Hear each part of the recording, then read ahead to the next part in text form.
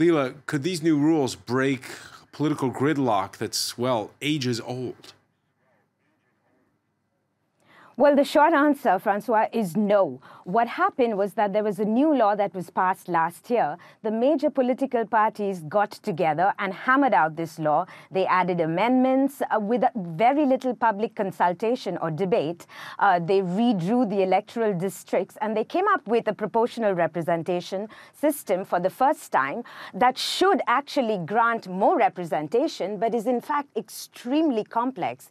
And a lot of Lebanese voters are telling me that they find it absolutely baffling, because they can have, on one list, they can have the candidate of their choice, but they have formed an alliance with a party that they're completely opposed to. Because what this law has seen is that, what it has triggered is that the major political players have formed the most unlikely opportunistic alliances based not on a shared ideology or a political platform, but merely in a bid to get into parliament. So, you know, things are not really going to change substantially. But on the brighter side, there are a number of new candidates from civil society groups. These are activists who are running in parliament for the first time, including a record number of women.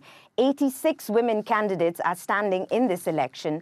They're realistic. You know, they don't think that they can fundamentally change the system. They say if they get 1 or 2 seats, that'll be pretty good for them. But they insist that this is the beginning of change, and there's no looking back from now.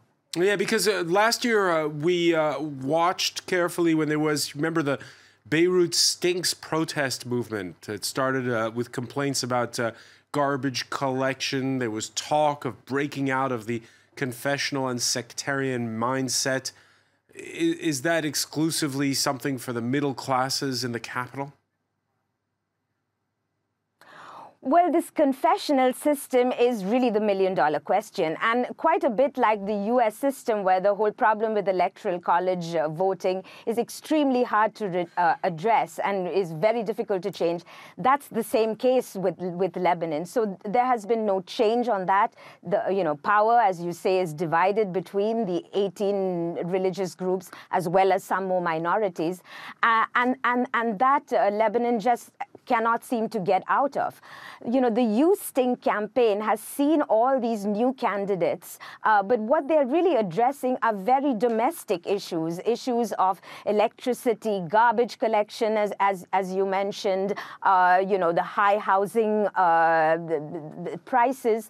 But it really seems rather local. This is a national parliament, and some of the major issues confronting this country, the security situation, the war in Syria across the border, the Hezbollah's weapons and its fighting in another country, that has not really been an issue on this campaign trail. So although this is a national election, it seems rather domestic.